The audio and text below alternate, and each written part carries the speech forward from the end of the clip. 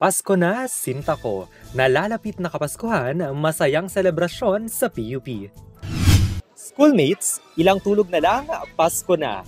Bakas ang excitement at saya para sa Kapaskuhan dito sa Sintang Paaralan matapos ang pagbubukas ng pagdiriwang para sa nalalabing araw bago ang Pasko. Nagsilbing panimula sa selebrasyon ang taunang Thanksgiving Mass na dinaluhan ng PUP community. Kaugnay nito, ang naging mensahe ni Father Stephen Mifsud MSSP para sa mga dumalo ay ang pagsentro kay Jesus sa pagdiriwang ng Kapaskuhan. Samantala, muling nagningning ang Sintang Paaralan ng opisyal ng paliwanagin ang Belen sa University Avenue. Ito ang taunang tradisyon sa Sintang Paaralan. Sa kabila po ng napakaraming hamon nating kinaharap. Bagamat marami po tayong pinagdaanan ng mga challenges na ito ay ating naitawid at napagtagumpayan sa pamamagitan ng ating kolektibo, sama-sama at tulong-tulong na pagkilos. Kumutitap at bumusilak naman ang mga parol na likha ng mga eskolar ng bayan na kanilang ipinamalas sa Tanglaw Festival.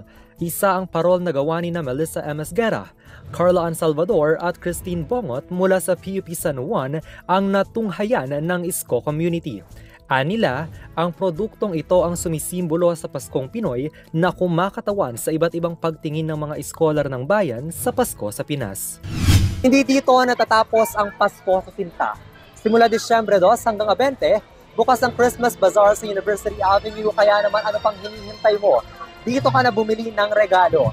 Mayroon din Christmas ramage kasabay ng bazaar kung ang hanap mo ay magarbo, ngunit abot kayang gamit ngayong Pasko. Tingnan ang ating year-end calendar of activities sa ating website at official social media pages para laging updated sa ating kaganapan ngayong Disyembre. At iyan ang mga balitang aming tinutukan sa ating Sintang Paaralan. Para laging updated sa mga balita patungkol sa PUP, siguraduhin naka-like sa Facebook at Instagram, The PUP Official, at mag-subscribe sa aming YouTube channel at PUP Creativity. Muli ako si Jonel Esteban, Tanglaw ng Bayan.